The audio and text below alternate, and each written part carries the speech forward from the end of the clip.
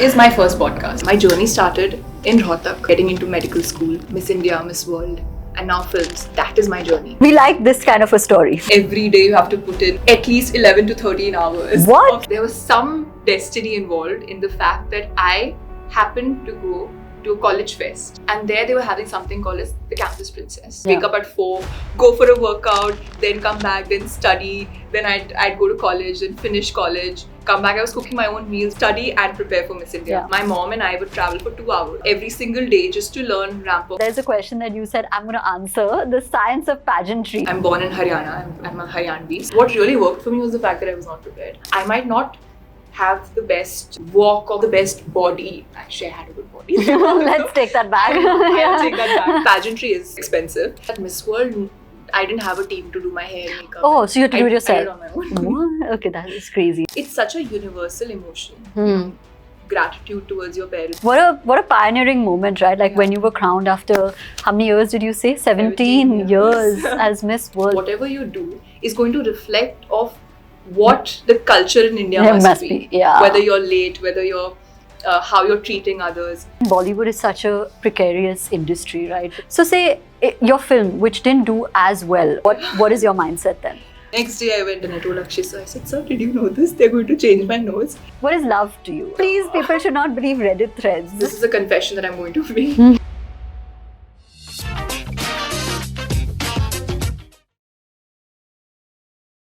Hi Manushi.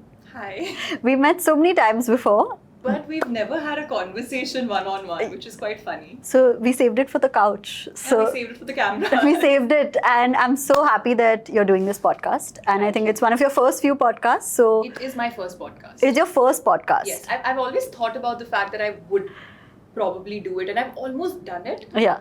But for some reason, I think it was just meant to be with Yeah, you. we like this kind of a story. Yeah, It's I meant to think, be. I think destiny was like, okay, you guys keep meeting, you've never chatted, so let me just take you to level like 10. Yeah, there's 0 to 100. There's no in between. Okay, amazing. So you are amazing, and your journey has been so tremendous. And the kind of hats that you've honed are also so very different from each other, right? Like from MBBS to you tried modeling and then got into acting, and you're also a painter, and so many different things that I'm sure I don't even know about. But tell me, what do you think is that one mantra or that one statement that's defined your life so far? The one statement, actually there are two. Okay. There's one that I grew up with, which my father would always tell me, the sky is the limit. So I would always think, and that's what I grew up with that mindset, because if I look at life, I feel so grateful. I come from humble beginnings, but it was just the thought that I can do this and the sky is the limit, and I never thought how far I'll go. I always felt like, let's see how far I can go. Yeah. So I think that was one statement that I always lived by. The other one is life is what you make it. And whenever I look at my life, that is what I truly feel, and I feel so overwhelmed and I feel so grateful and so happy for whatever that's happened, good, bad, everything, because I feel that these have been my decisions, and somehow I have built my own life, and there's a certain sense of happiness, contentment, and a certain sense of pride as well that I feel when I think about it. Yeah. And that's what I tell everyone. I say that, okay, if you look at me, I hope the one thing that you take back is life is what you make it. Yeah, and you can see that, and you said something that, your father said. So I'm going to talk about your childhood. You come from, your parents are doctors, and very serious profession, which you also entered and got into. With the one thing when I was growing up and was asked, what do you not want to be? And I was like, definitely don't want to be a doctor because it's just... Yeah, exactly. Yeah. So what was your childhood and your upbringing like, right? Like what were the values that were given to you at that point? See, if I were to look back at my parents, they're both doctors, and they both got married very young. They had my sister very early. So I had young parents growing up. Yeah. I really feel amazed that with whatever little we had, they made the most of it, and they made sure that they gave us a childhood where we had access to parents and we had a relationship with our parents. Also, if I were to talk about the one thing that's really helped me in life is the fact that I've always had confidence and I've always had self-belief. And that's something which was instilled in me from childhood. The fact that I can just go back home and discuss and have such an unjaded opinion of things is also another thing that I really enjoy. Yeah, it feels like a unit. I've also seen some of your posts. You have 2 siblings. I have 2 siblings also. Also, when you decide to move into an industry or a spectrum that is not, it's not common, right? For most girls growing up, parents are not going to be like, Yaya, please become an actor, or Yaya, please, even for me, for example, like, Yaya, please become a content, like, like a content house, for example. Like, it's just not the norm. But we'll get to that. How did your decision to become a doctor happen? Was it because your parents were doctors?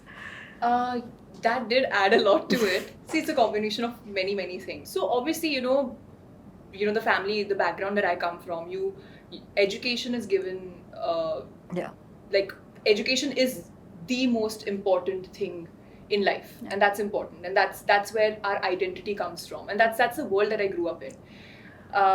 So my sister's a lawyer, so I always knew that these were my options. Like I could be I could be a doctor or a lawyer or probably an engineer. I obviously have seen them, especially my father. He's a clinician, and I look up to that man. He is so passionately involved in what he does.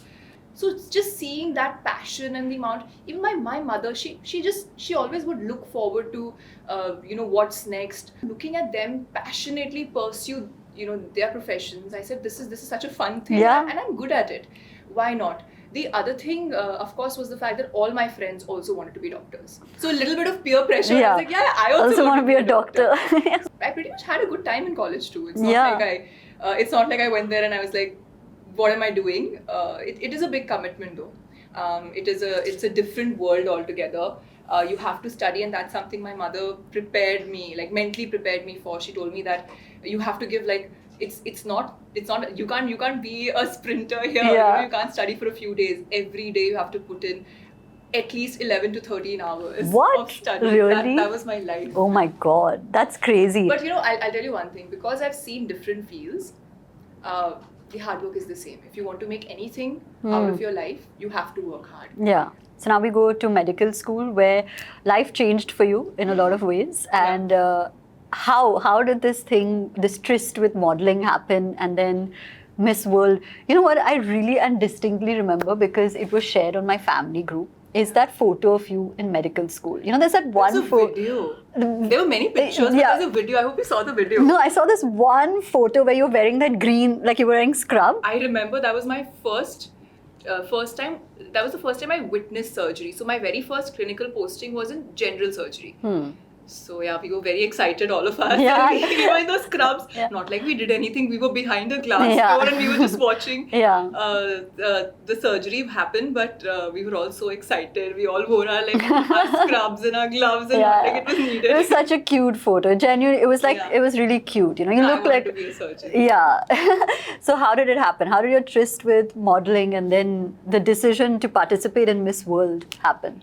Hi guys, I hope you're enjoying the podcast so far. Do let us know what you think down in the comments. We always read what you have to say. And on that note, I want to fill you in on something really exciting that we're building at Humans of Bombay. So you guys know, we've mastered the art of storytelling for the past 10 years.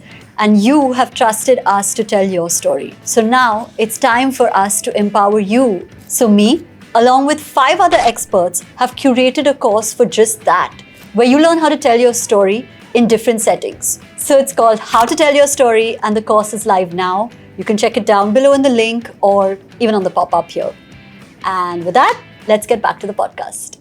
See, I was always tall, and growing up, a lot of people would tell me, you should try for Miss Universe, you should try for Miss World, Miss India, and I used to live in the defense area in the DRDO and defense accommodation in Delhi. And there were a lot of like army wives who'd come and talk to me, and they'd tell my mom, she's so tall, like send her for modeling, and why is she studying? So things like that. And I always, like, pageantry always interested me. I'll never, Miss World was a big dream for me. It was my biggest dream in life. Since when? Since childhood. I have this memory of watching Devdas. Okay. As a child, and I didn't even register the movie, but I have this memory that we were in the car and we were driving back, And my sister was a very talkative, you know, the oldest child, very like takes initiative. Yeah. So she was talking to my parents about how Aishwarya Rai is so beautiful and she's Miss World, and Sushmita won Miss Universe in the same year, and you know what Miss, and that's my first, the very first time I registered that something like Miss India exists. And you know, when you're a young girl, what do you want more than like being a princess? And that's in my head, you know. I thought, oh my god, you get a crown. Yeah, This wow. is like being a princess. Yeah, that's how it started. Not that I took it too seriously then. yeah, but the And seed then, was planted, like that this is a possibility, like I get to. That's the first time I registered the Yeah. fact that this is a pageant and there is a certain prestige attached Yeah, to it. and there's a crown. And you know, at such a young age, you get Yeah. to represent your country. I think Yeah. there's nothing Yeah. cooler than that. And Yeah. the fact that you're the kind of exposure that you get, that 1 year that I traveled with Miss World has taught me more than anything else. Like I've never had so much of an exposure, the kind of people I've met, the kind of situations that, you know, I've witnessed. You know, if in the same day I would be having probably having lunch with the president of a country, and the same evening I'll be going and meeting you know, kids probably from an underprivileged segment of that society. So that teaches you a lot, and I was only 20. So at 20, getting that exposure, I knew I wanted that. Now, why I wanted it, you know, as a child, you don't think too much as to why, then what will happen. Yeah. You don't plan so much. Yeah. I knew I wanted it. I didn't plan for it to happen in this manner, but I'm glad it did. I think a good thing, you know, God's plan. But that's what I grew up with. Somewhere the desire was there in my heart, because as I grew older and I watched more of it, I realized that this is so much more than just being a princess and having a crown. Yeah. I said this is a platform for women to literally, it's a stepping stone for anything that you want to do in the world. Yeah. I went to college and I stopped thinking about it, to be very honest. I got so busy with studies, and I don't think I ever thought too much about it. I said, okay, I'll finish my MBBS and maybe before internship I'll go for it. But let me just focus on this now, because it's a residential course. It takes up your entire life. You're like living, breathing, you're doing everything for it. Yeah. And you know, and I think there was some destiny involved in the fact that I happened to go to a college fest just after my first prof was done, and we had this small week. We had like our holidays before our second prof was about to start, and I went for a college fest in Ames in Delhi, and I used to live in Delhi. And there they were having something called as the Campus Princess, and they were like, you know, you're tall, this, that, come participate. Basically, you know, they said, why don't you participate? Now I had no heels, no dresses, nothing. They said you have to wear a black cocktail dress and go on stage, etc. So literally my sister's heels and my sister's clothes I've worn and I've gone on stage. And actually that reminds me, law is a very glamorous profession. So I've gone on stage, and I think I got selected from there, and I had 7 days before the competition, before the zonals had to start or something, and the auditioning process had to happen. So after the whole auditioning and all happened, I had those 7 days to prep, and I didn't know, like I was like, oh my god, you have to prepare so many things. You have to talk, you have to walk, you have to stand on stage, and you have to work on all these things. And I said, I don't know, like my mom's like, okay, let's look for a pageant coach, let's do something or the other. I said, there's no time, what to do, because I also had my studies. So the first thing I had to do was I had to send pictures, and that's how modeling started. I went to a photographer in Delhi, and I asked him if he could take some pictures of me. And he was very sweet, where he said, okay, I'll figure a stylist and a hair and makeup artist for you. And that's the first time I saw myself in a, you know, just looking so different. He clicked pictures and he looked at them. He said, you're photogenic, you know. He said, is it okay if I just like circulate? He said, why don't you model? And I was like, no, I have college, I have studies, I can't model right now, I have no time. So he said, okay, I'll circulate these pictures to whatever, for modeling, for whatever casting calls there are, and then we'll see. So I did 2-3 campaigns before going to Miss India, which is great, because I earned a little money to shop for myself before I went for the pageant. Then after the audition, we had 7 days, and I think my mom really would make sure that she would do all the research and she'd send me like questions and she'd send me like they can ask you this and that, and she's like, you have to be really muscular and strong because if you're wearing heels and standing on stage for hours then you need strength. So she would do all this research because I had no time. I literally was studying and I was struggling, and I had a crazy routine of my own. I'd wake up at 4, go for a workout, then come back, then study, then I'd go to college, then finish college, come back. I was cooking my own meals because I wanted to eat healthy. Really clean and healthy at that time. So I was juggling between all of that, and then I used to go to bed at 9 because I was like, okay, tomorrow I have to again wake up at 4. I have to study and prepare for Miss India. So that was my routine, and then she would help me prepare, and she'd talk to me about it.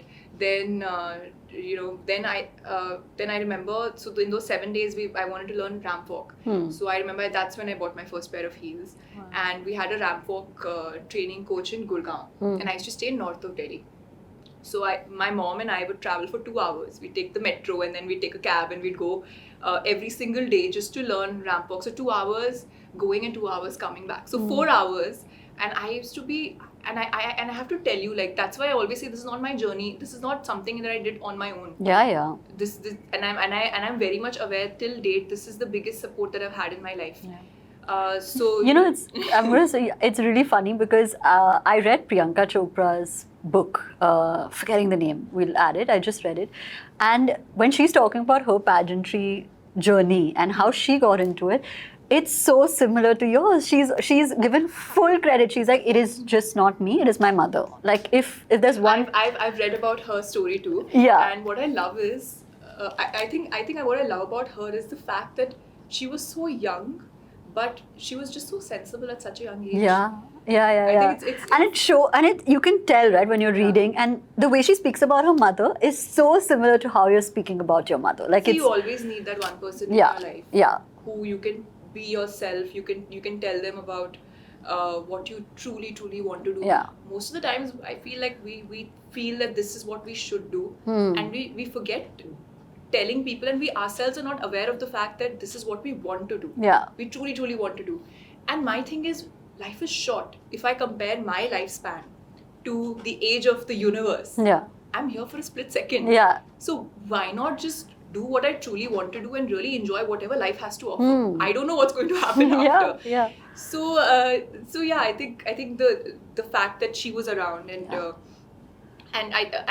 also no one in my close circle, my family / anywhere, ever even stepped into the world of modeling, or forget Miss India or Miss World or pageantry.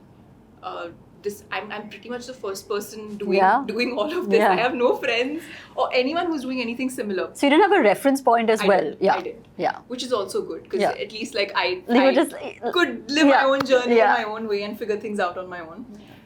So I'll also give my mother credit for the fact that she really mentally prepared everyone around me. So there was no one to question what I'm doing or why I'm doing this.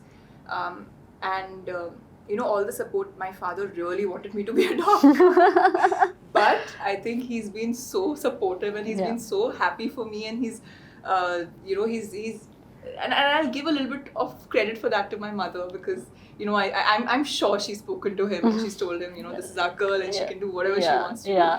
And he also obviously wanted me to have a life of my dreams. But so you won this competition, this princess competition. This is the one that you were training for, Campus Princess. The Campus Princess. So Campus Princess is I don't know if it's still there, but at my time it was an entity of Miss India where they'd go scout for girls from educational institutions. Because I think for them they observed a pattern that for a long time girls from colleges weren't coming. So then, were you picked up? Like, were you scouted? Were they like, you are? So yes. So Campus Princess, I was told that this year we're having zonals, where we will have one winner from each state. So you audition. I'm born in Haryana. I'm a Haryanvi. So I auditioned from Chandigarh and Haryana. I remember we had some 63 girls auditioning that year, and beautiful women. So I auditioned, and then in a week I was supposed to be at the zonals. That's when I did my little training, and then after the zonals, I had to go for the national pageant, for which we all had to come to Bombay. And here in Mumbai, it was a different experience. I had no idea what I was doing. We were there for 1 month. We were competing. There were different categories, and we had different appearances to make and things to do. And that was the time, that was my first exposure. I remember this one time, someone told me this, someone from the Miss India team, they said, no, you know, we need you to be a certain way, we need you to listen to, you know, we need you to be more chatty and more, we need you to be more friendly. I was a very reserved, shy person. I still am. So cute. So, and they said that no, you have to add more volume to your hair, style it this way, this makeup. And I was like, I literally know eyeliner and BB cream, like what more, okay? All that happened, and I remember calling my parents and I'm like, oh my god, I missed 1 month of college. I'm probably getting detained for my attendance and forget everything else. I said, I don't know anything over here. I don't know this, I don't know that. I got quite rattled by what that individual, you know, what she said to me. Someone from the team said to me, and I said, I'm so underprepared. And I was like, should I have come later after, you know, preparing for this, etc.? And my mom was like, no, you're perfectly prepared. I'm watching it. You look perfectly fine. Don't worry, okay? I was like, okay. Yeah, but I'll also tell you what really worked for me was the fact that I was not prepared. Yeah. You know, a lot of people ask me what coaching should we send our daughter to, or what prep should we do for pageantry. And I'm like, the fact that you don't have any prep is the best thing, because pageantry at its core is about being your best version on stage. I might not have the best walk, or I might not have the best body. Actually, I had a good body. Let's take that back. I'll take that back. But I can give an IV drip. I said, let's start with that. If anybody faints on stage, I'm there. I'm your girl. No, but I said I have confidence and I have something to offer that no one else does, and that's what makes you unique. And pageantry is about being yourself. It's about being unique. I said I have content. I have had such a different experience in life. My exposure has been so different. I said, it's okay, you know, I've sat on the Haryana Roadways bus. I said, I've seen people being brought into the emergency room in my college. I said, I've seen so many different things, so it's perfectly fine. Yeah. I said, I have something different to offer, and that's it. And that was my little badge of confidence that I wore, and I went on stage and I said, you ask me a question and I'll answer it. And luckily, someone else does your hair and makeup, and there's a designer who sponsors your clothes. Yeah. So that was great. But then after winning Miss India, I really prepped. Then you Miss prepped. World. Yeah, I really prepped because I knew that was my one chance. And this was my one dream. And it was also the fact that this is a dream that millions of girls grew up with. And I said, if I'm getting to do this, I have to be focused and I have to make the most of it. Firstly, how was it to win Miss India? I was quite nervous till I But you went knew. on stage. But the minute I went on stage, I used to meditate every day. Really? So the minute I started going, I was like, oh, okay. So I did a few breathing exercises, and I said, okay, fine. You know what? I'm just going to go up there and I'm going to have a good time. And I hope I make it to the question answer round, because that's when I can speak, and I know that's where, you know, I'll be able to stand out. And I went up on stage, and honestly, everything was just flowing. You know, sometimes you just feel like you're meant to be here. This was meant to happen. It was that feeling. And the minute I remember I got on stage, there was an entire panel of judges. And I made eye contact with each of them when I walked. And in my head, I just kept saying, look at me, look at me, look at me. I'm having such a good time and I'm enjoying. And I could see a slight smile in each of their eyes. And I said, okay, I have made my impression. Yeah. I shall make it to the question answer round. But even if the story was in my head, it worked for me. At least I was confident and I was feeling good. But that's what was going on in my head during Miss India. I was nervous, but for some reason on stage I just said that forget everything else. I'm going to have a good time. I'm going to have fun. This is me in hair, makeup, wearing Manish Malhotra and looking good. And I said I'm going to get to speak my mind and talk about the things that, you know, I'm going to get to give my opinion on such a big stage.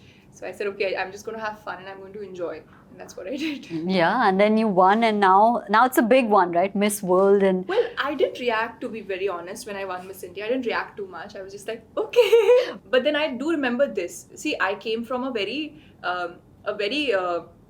competitive environment in terms of you prepare, then you go give an exam, and you stay focused till that time, because that's what we did in school. The last few years of school, at least, that's what I was trained to do in college. That you're really focused. There's a curriculum you have to follow. That this is your syllabus. So that was my mindset. So the minute I won Miss India, and this is one thing I'll say about myself. My goal was always to win Miss World. yeah. I always thought that, okay, Miss India is great. I'm very grateful. I'm very happy. But Miss World is always Like eye on the prize. It was always Miss World. Yeah. I said, this is my dream. And this is a confession that I'm going to make. I was so scared of even being a runner-up because I said I won't be able to go for Miss World. I want to go for Miss World. That's my dream. And the minute I won Miss India, I remember I looked down. And during my year, Mrs. Julia Molly, who's the chairperson of Miss World, had actually come to India. She was doing her India visit with Miss World 2016, Stephanie. And she was there.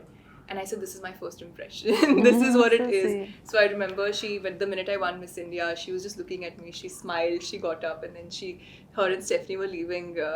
It was at the Yashraj studio, so they were leaving the studio. And from stage, I just saw her and I said, okay, next goal, Miss World. Yeah. Now focus, Manushi. Now don't think about college. Don't think about anything else. Yeah. You have 2.5 months to prepare. This is what you're supposed to do.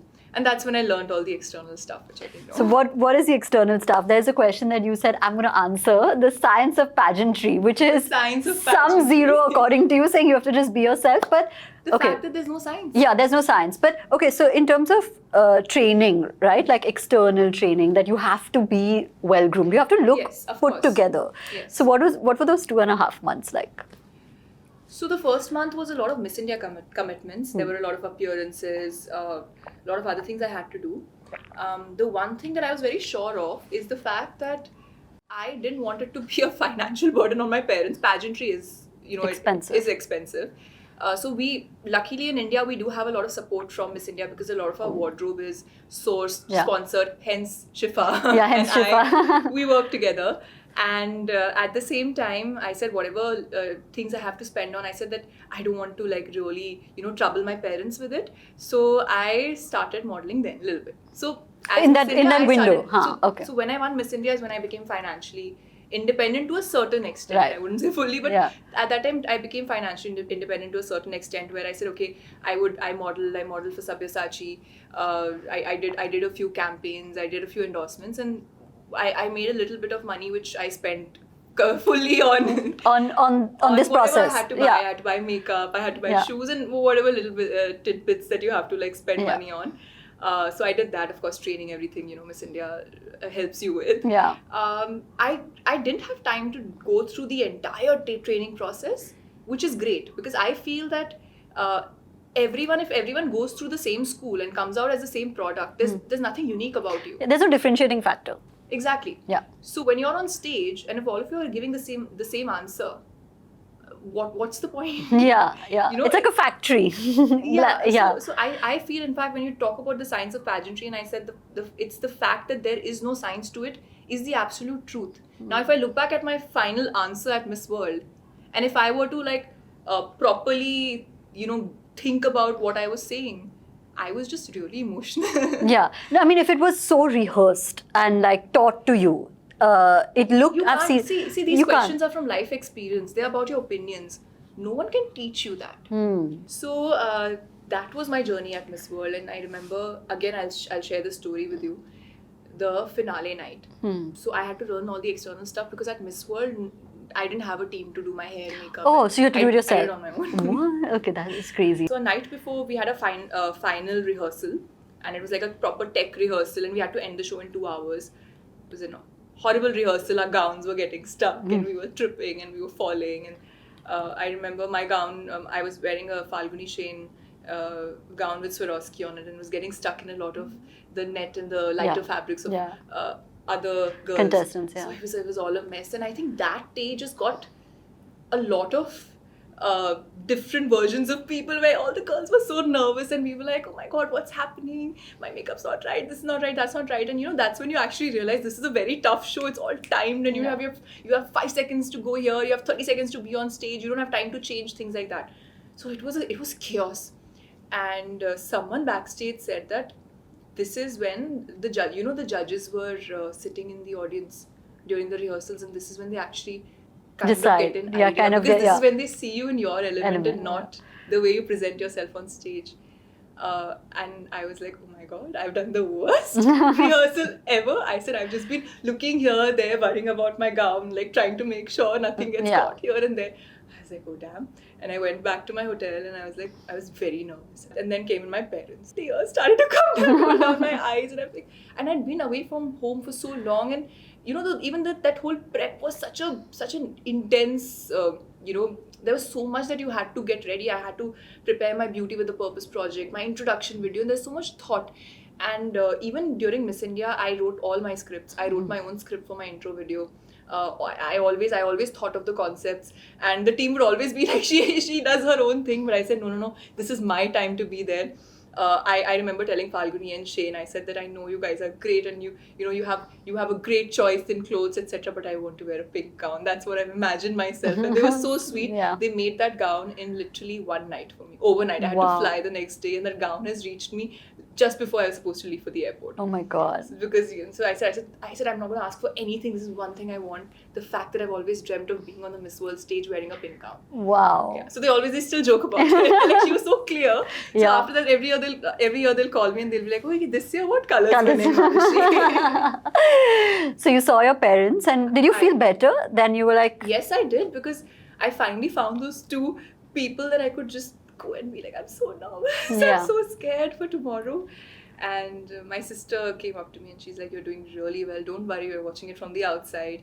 And, don't think too much about it. And, they were there and they said, and my mom told me, she said, Beta, you've come so far.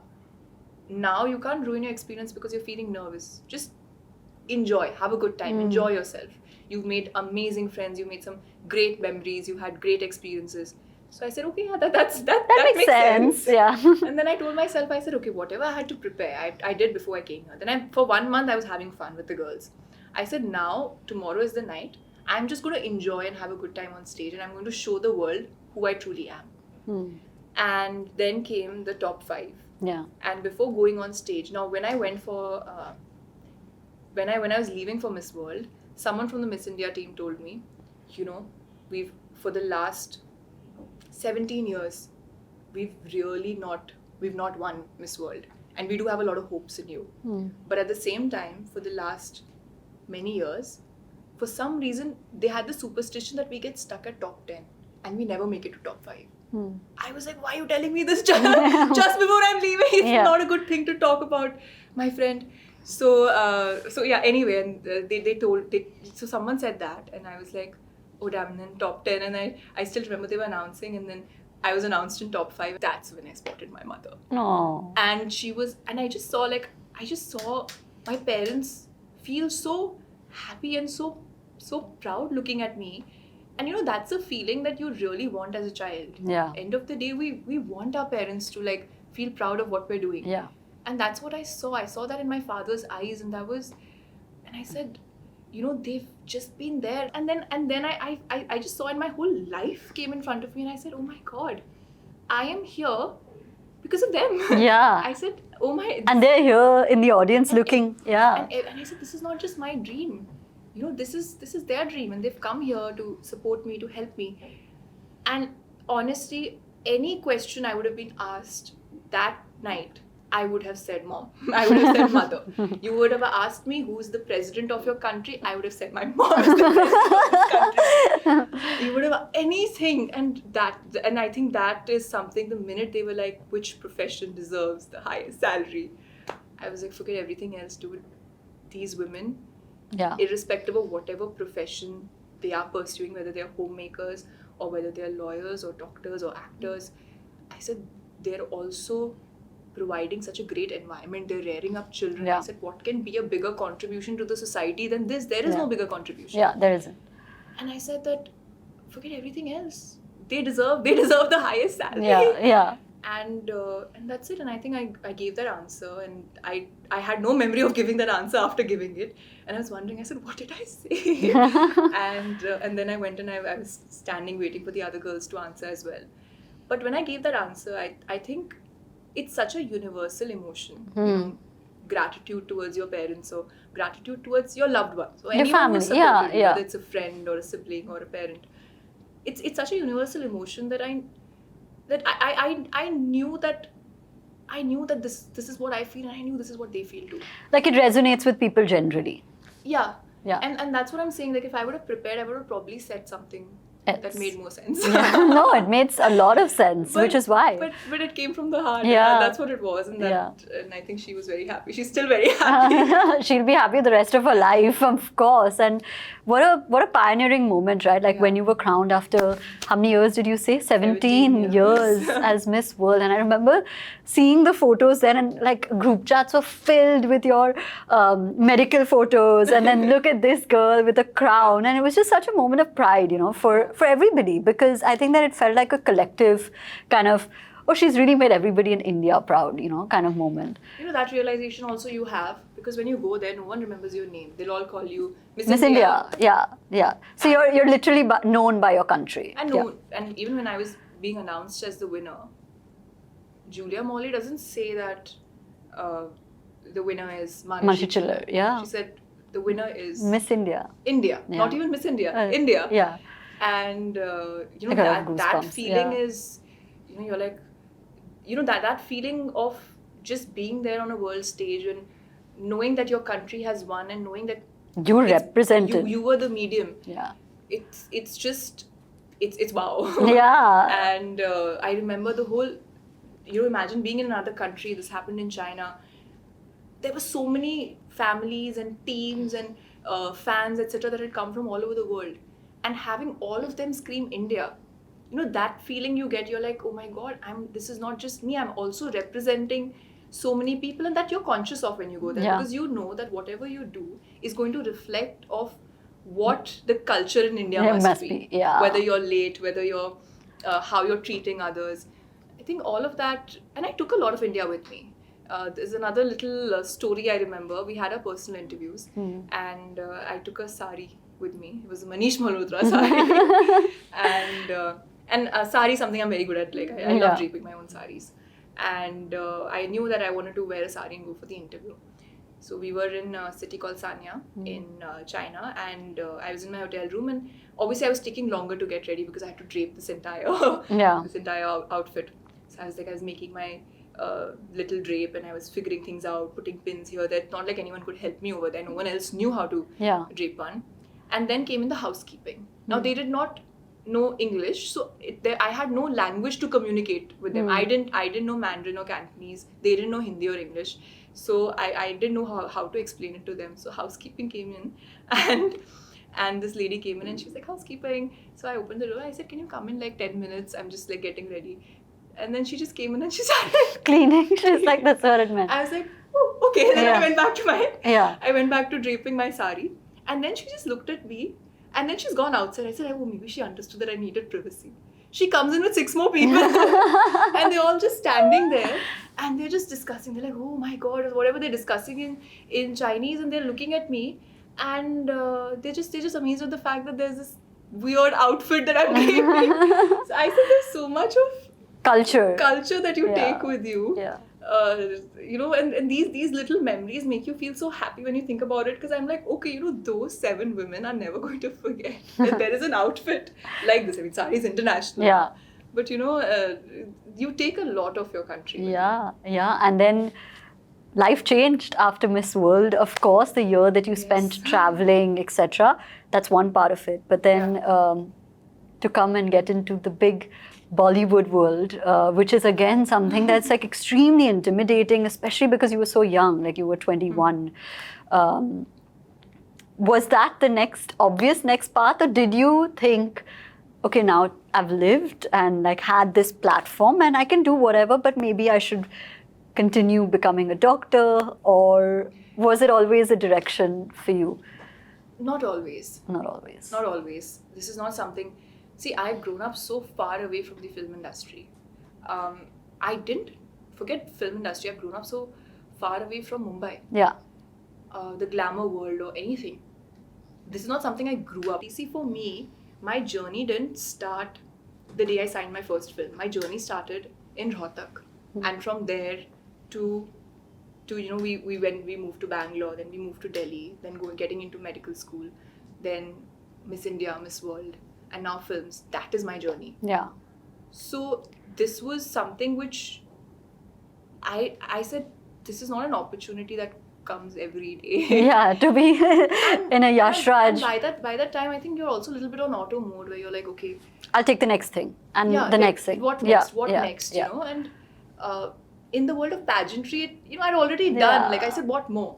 So I said, okay, now I have to start from, and I knew I was very much prepared. I don't think I ever came into the film industry with the baggage of the fact that I'm Miss World, things to just fall into my lap. I said, no, and now this is a new profession. This is something very new.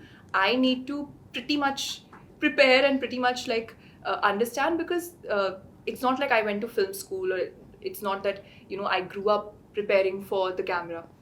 So yeah, I think it was pretty much that. And it is pretty much that. I'm still figuring things out. Yeah. But how was your first day with Akshay Kumar, who is like, the top, yeah. So my first shoot date was not with Akshay sir. Oh. It was a scene where I'm confronting my father in the film, Ashutosh Rana. And it was a heavy scene. And I went to my director, Dr. Saab, and I was like, sir, like, do you really think my very first scene should be like such a heavy scene? He's like, yeah, you will do it. I have faith in you. So that was my very first shot for the film. So what was your experience, or tell me some fun anecdotes with Akshay Kumar on this set, because he's so iconic and like you're so new, so it's like a very no, he's wonderful to work with. There's a lot to learn from him, and I think Akshay sir would always be like, she doesn't speak much, she doesn't talk much, she doesn't interact much with people on set. But there was this one little thing that happened where my director and the first AD on set. So there's a poem where Chand Bardai describes Sanyogita, and he's describing her, and the translation is that she ki naak tote jaisi thi, daant anar ke dano jaisi, something like that.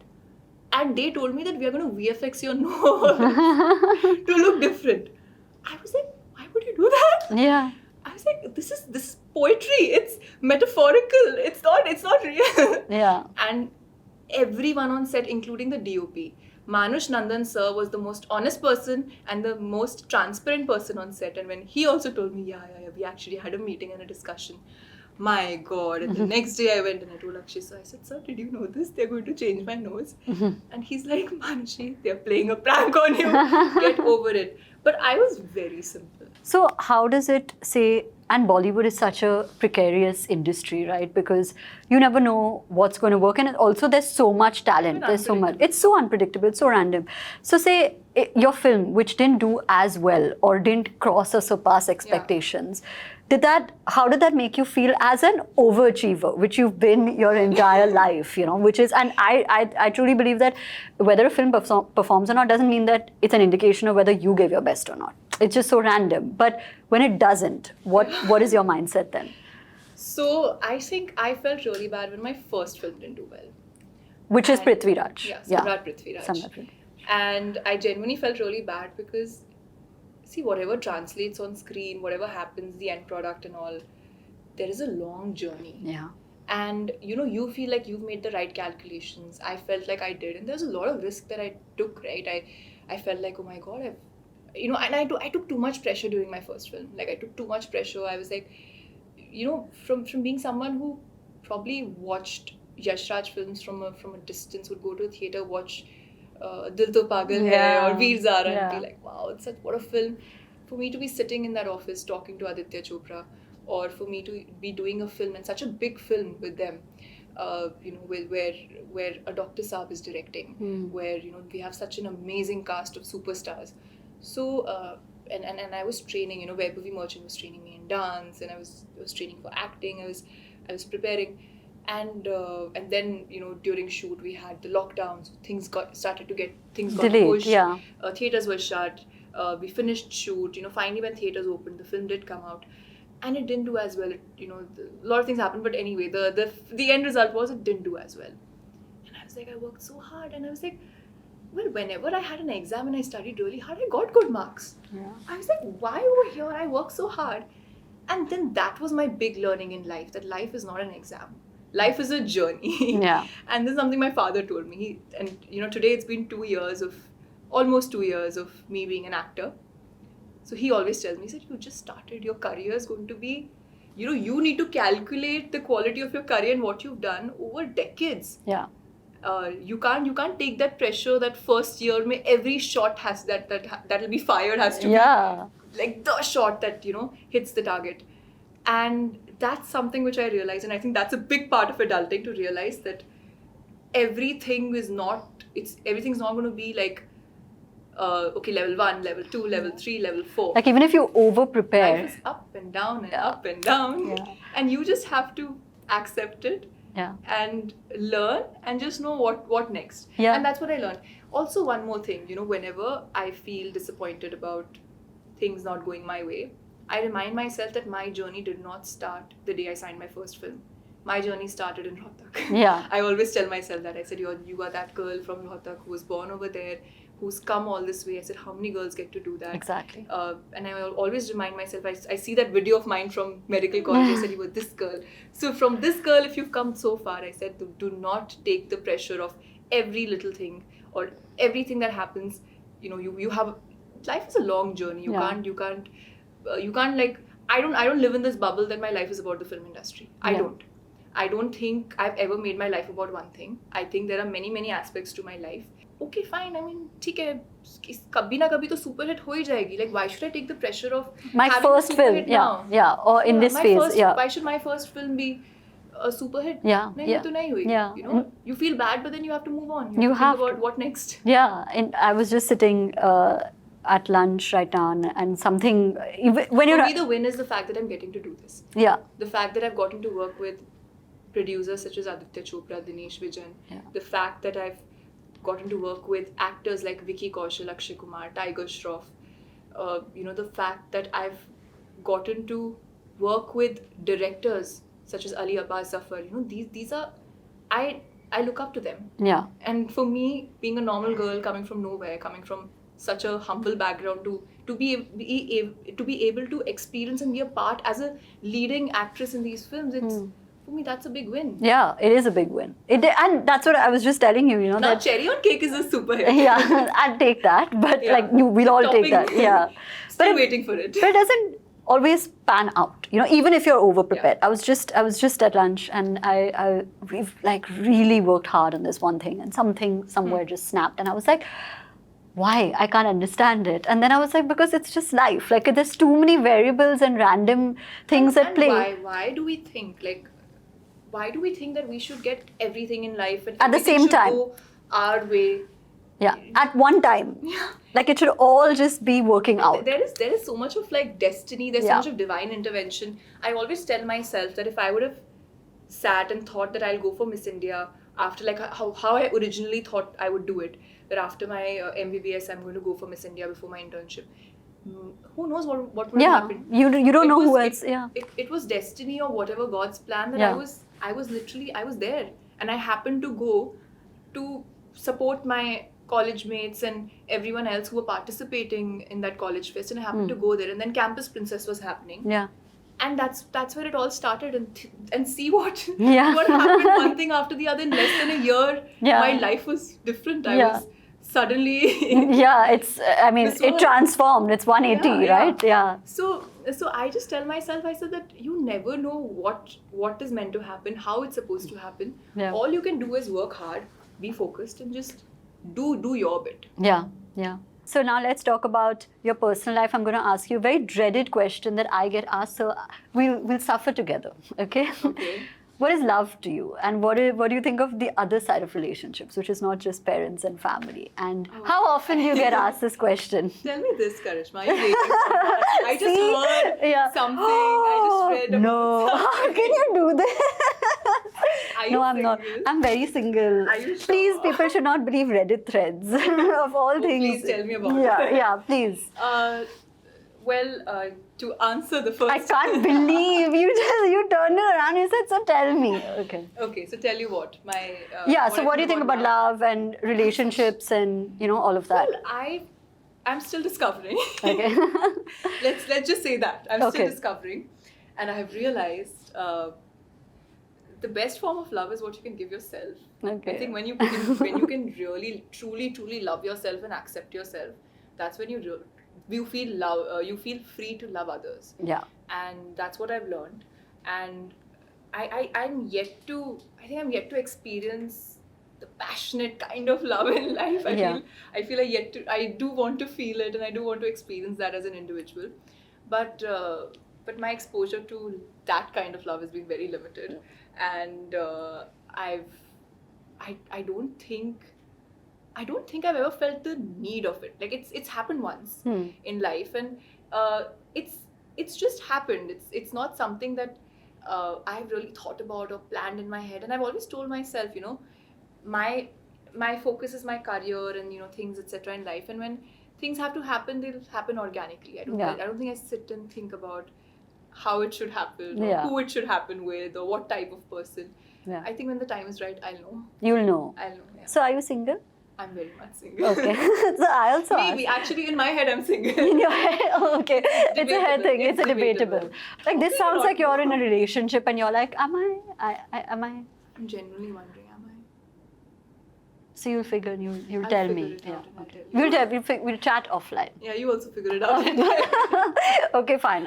We both figure it out. We'll both figure it out. Okay, fine. And now let's talk about your baby, which is coming up with Shifa. I'm scared when you say baby. No, not that. Because we call humans. I say humans of Bombay is my baby. Now okay. you're entering that realm. So that vocabulary This escalated fast.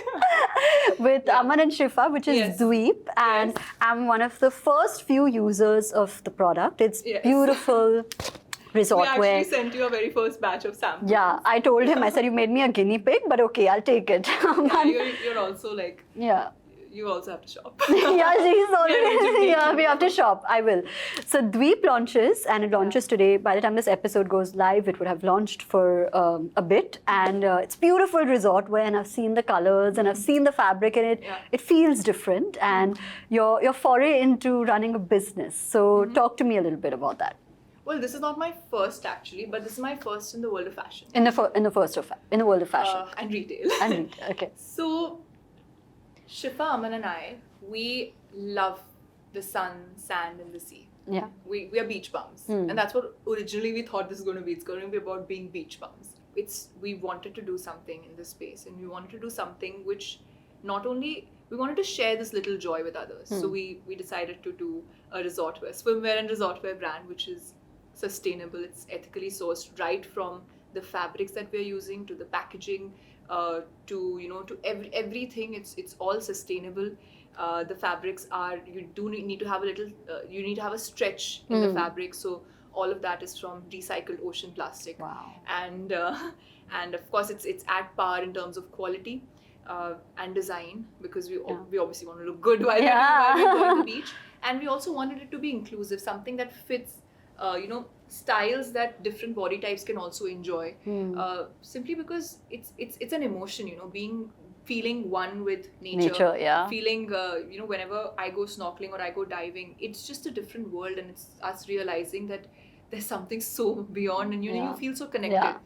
So I think it was a little effort, big effort now, to kind of share that joy and bring something in India and build something in India where people can actually enjoy the beach while looking great, and knowing that it's a sustainable brand, so they are being eco-friendly. Yeah, and I've worn it, and I'm saying without any bias that it was one of the best quality products that I've worn, and I love the name. Big congratulations! It's another one of the many hats that you're wearing, and entrepreneurship and business, like I said, welcome. It's just begun. You're gonna see. Why was there some sarcasm? Because it's a world of business. Like all the best. All the best. No, but it's gonna go well. It's gonna go well. We're gonna say that story and winner mindset, right? Like that we were talking about. Yeah, I mean, it's so important to take risks. Yeah. As a child, I used to dream of all these things. Yeah. I'll have my own fashion label, Wow, and I'll probably walk the red carpet. I'll go to the Cannes Film Festival, and It's all happened. it's all happening. Yeah. So it's exciting. Fingers crossed, and let's see where we go with Veep. Again, Awesome. it's a long journey. Yeah, but it's going to be a fulfilling one. It's going to be amazing because you have a good product, and I know that. And to everybody watching, it's amazing. Please shop Dweep. It's live, and Thank you. it's amazing stuff. Thank you. So it brings us to the end, and I'm really upset because I've had such a good conversation. Could have gone on for a while, but we'll have you for a part 2 when Dweep is scaling and new things are happening. But For sure. to end, what advice would you give to the many women who are going to be watching this episode, looking at a true princess and her amazing adventures in life, and seeking the inspiration to do everything that you've done and achieved? I think the first thing, which is very important, and I've said this on the podcast, that if you were to compare your lifespan with the age of the universe, we're here for a split second, and that makes life so short. But life is worth experiencing, and a lot of times we feel that this might not be taken well, or oh, maybe this is too difficult, or who's going to do this, who's going to do that. We forget to take risks. Yeah. What my message is, take risks, and don't ever shy away from your dreams. No dream is big or small. These are your dreams. Yeah. I took that risk, and I still have such a long way to go, miles to go before I sleep, and I'm still trying new things.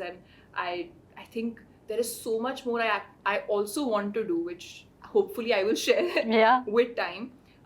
Dweep was a dream which was conceptualized more than 2 years ago. So things do take time. So do not shy away from working hard and being focused, because there will be a time when you will start seeing results. And just do what your heart says. Follow your passion.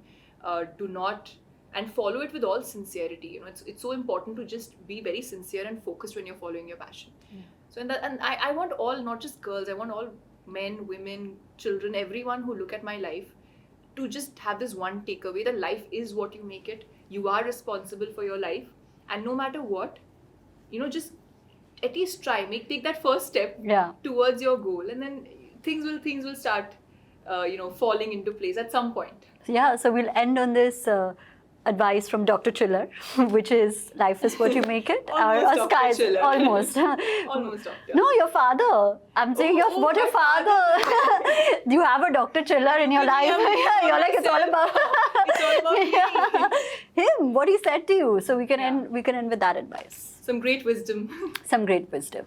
But thank you so much. It's been so lovely. You are Thank so you. lovely, and good luck for I had Dweep. so much fun. Yeah, okay, great. Your first podcast experience. My first podcast. Not bad. I think I had a lot of fun. No, I had a lot of fun. And I'm looking forward to having you back, and we'll discuss the very many things that have happened. I'm sure there'll be many in your life. Done. The And we'll do it. next big milestone, and Yeah. we'll do another one. We'll do another one. Thank you so much. And Thank you. to everybody watching, go shop Dweep. Thank you. If you like this episode, don't forget to subscribe to our channel and hit that bell icon. Thank you all for being the best community, and I'll see you soon.